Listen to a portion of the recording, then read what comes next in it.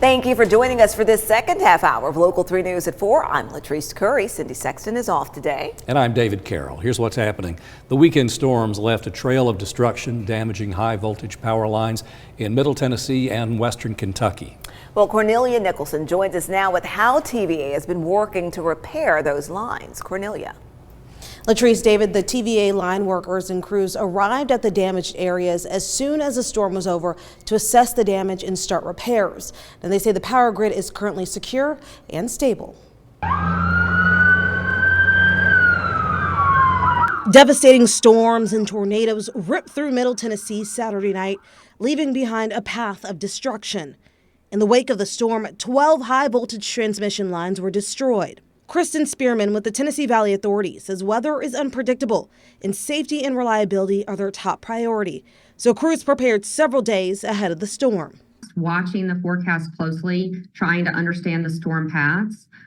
In this particular event, our teams were able to respond very quickly right after the storms moved through to try to assess the damage. The storms left thousands of people without power. Spearman says the high voltage lines act like a highway to the overall power system.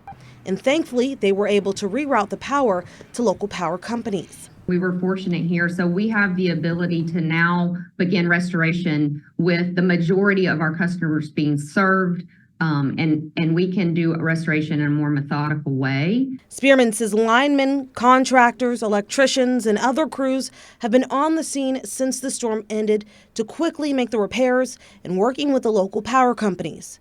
She says they expect to have all 12 lines restored by Thursday night. And then we have our North Region team, which is really supporting community needs, reaching out to ensure that we're providing support for the communities in the ways that they need it. Now, she says as they work to repair the lines, they want to remind people to never approach a down power line. Always contact 911 and your local power company if you do see one. Latrice, David. Thank you, Cornelia. It's important to give wisely if you hope to help the victims in Middle Tennessee. You may see a lot of GoFundMe pages and charities popping up, and many of them are legitimate, but some may not be. So we suggest you donate to charities you know and trust. Ask the organization how your funds are going to be used. We say it's a red flag if someone claims that 100% of funds would go to victims, just because there are usually other expenses involved. You can check the validity of any charity on the Better Business Bureau website. Well, the Cleveland wrestling team will be going to Clarksville on Friday to help families. They're hoping to collect gift cards so families will be able to buy what they need. If you're interested in helping, you can find information on how to do so on our website.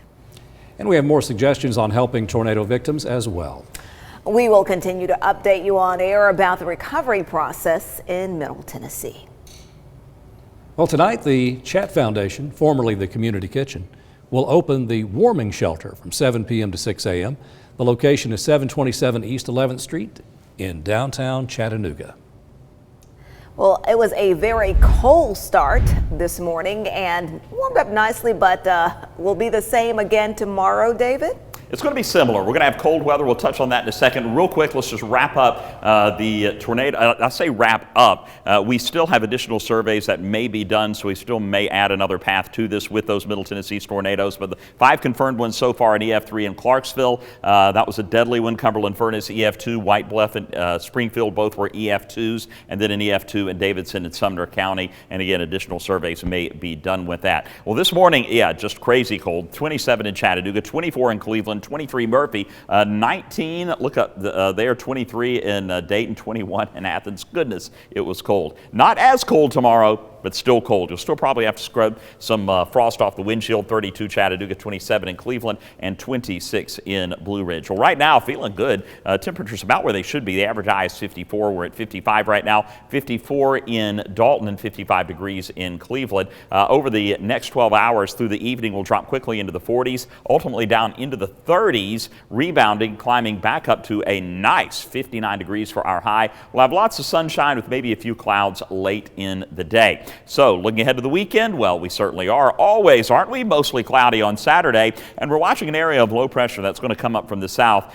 Different models are showing different solutions with that. I am giving us a 50% chance of rain through the day on Sunday. I'll talk more about the kind of fly in the ointment with the forecasting of Sunday coming up in just a few moments, but we will have clouds and 57 degrees on Saturday. Your complete forecast coming up in just a few minutes. All right, see you then, David. Thank you. A man was arrested in Michigan for a stabbing in Chattanooga. Police say Edwin Aldo Mendez Perez killed a man on November 26th. The arrest report says Mendez Perez stabbed Rosalio Gomez Gutierrez and then fled the scene. Mendez Perez was extradited back to Chattanooga yesterday, charged with first-degree murder. A convicted Mississippi sex offender faces new charges in Chattanooga. An arrest report says that Dennis Gale traveled to Chattanooga to have sexual contact with an infant. However, Gale was speaking to an undercover officer.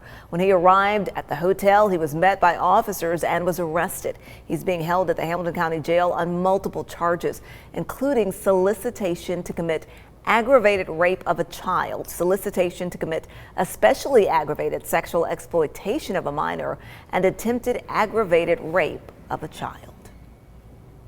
The UAW filed a complaint against Volkswagen in Chattanooga for unfair labor practices. The union says Volkswagen has been using coercive statements against employees. Last week, we reported that more than 1,000 VW employees signed cards authorizing a vote for UAW representation.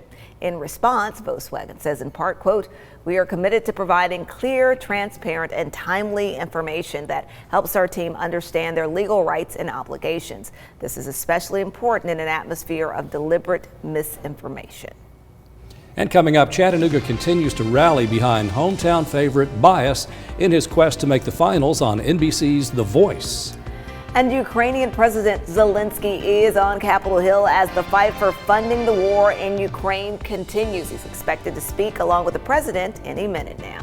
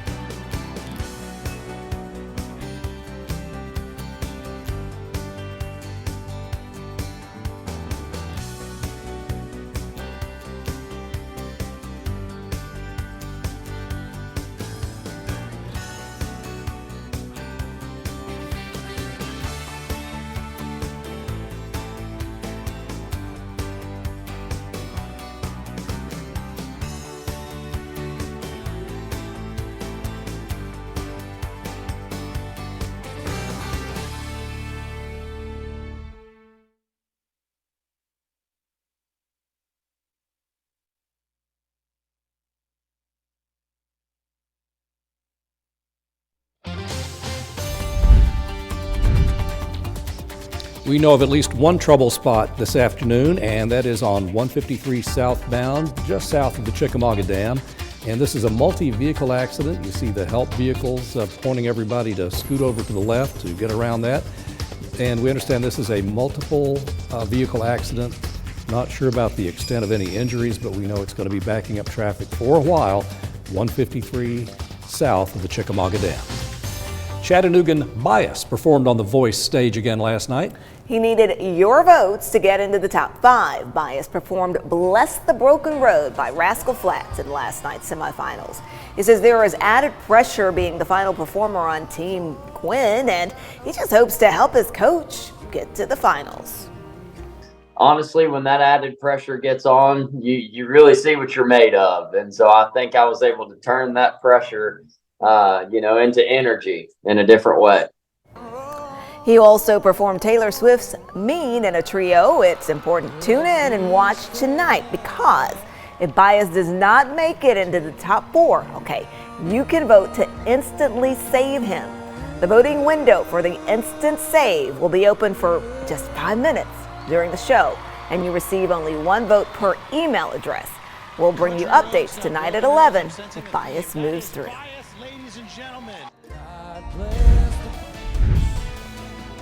Residents in another Chattanooga community are concerned about speeding and reckless driving. New at 5, the changes they are proposing in St. Elmo, they say, will make everyone safer.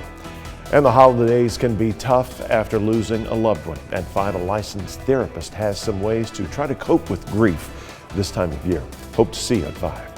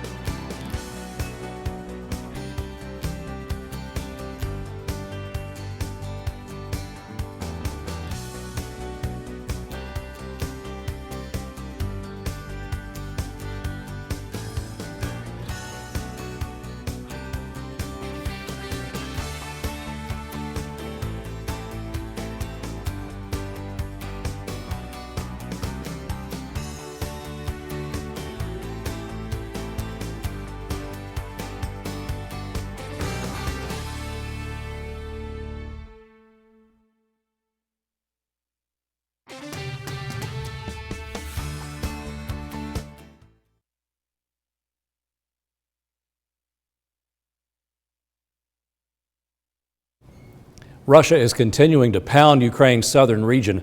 Over the past 24 hours, Russia attacked the region more than 100 times, hitting residential buildings. 1 person was killed.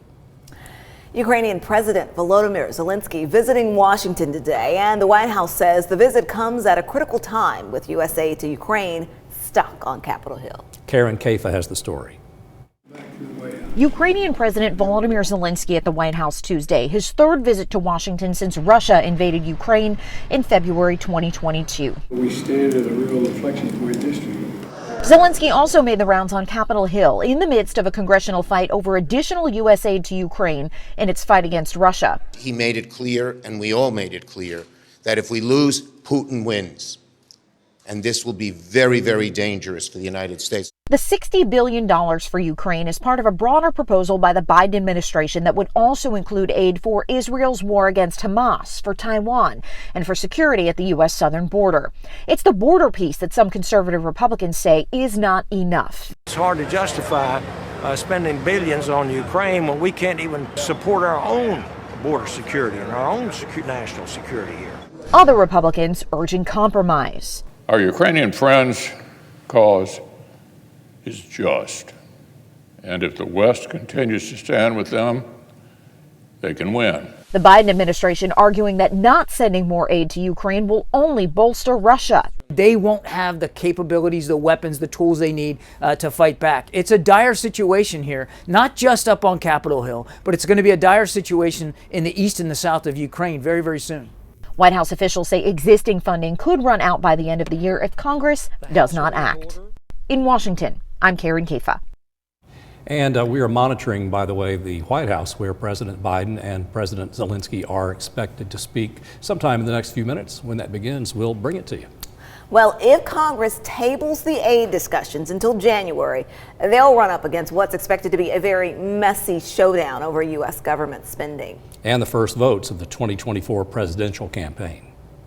So a lot going on there, and here at home, rather quiet weather-wise after a very cold morning. David Carnes is in for Cedric Haynes during the 4 o'clock news today. David. And maybe not as cold tomorrow morning, guys, but you're still going to have the frost on the windshield, and it is going to be cold. So same jacket you wore this morning, you'll wear it again tomorrow morning. More frost, more freezing temperatures tonight. It is going to be sunny for the rest of the week, though, and then rainy Saturday, possibly. We'll get into the chances of that coming up in just a moment. It's 55 degrees right now. Feels good outside, pretty much where we should be this time of the year, and we do have a few clouds, nothing that's producing rain. The air is bone dry outside. 53 Dalton, Cleveland, you're at 52. Murphy, 51 degrees. And as you're taking the puppy dogs for a walk around the neighborhood, yeah, no problems. 55. Cooling after sunset to 45 by 7 p.m., 43 by 8 p.m. And recall 5:29, that was the earliest sunset time that we have during the year. We're now going the other way, 5:30, getting more daylight as we move through each and every day.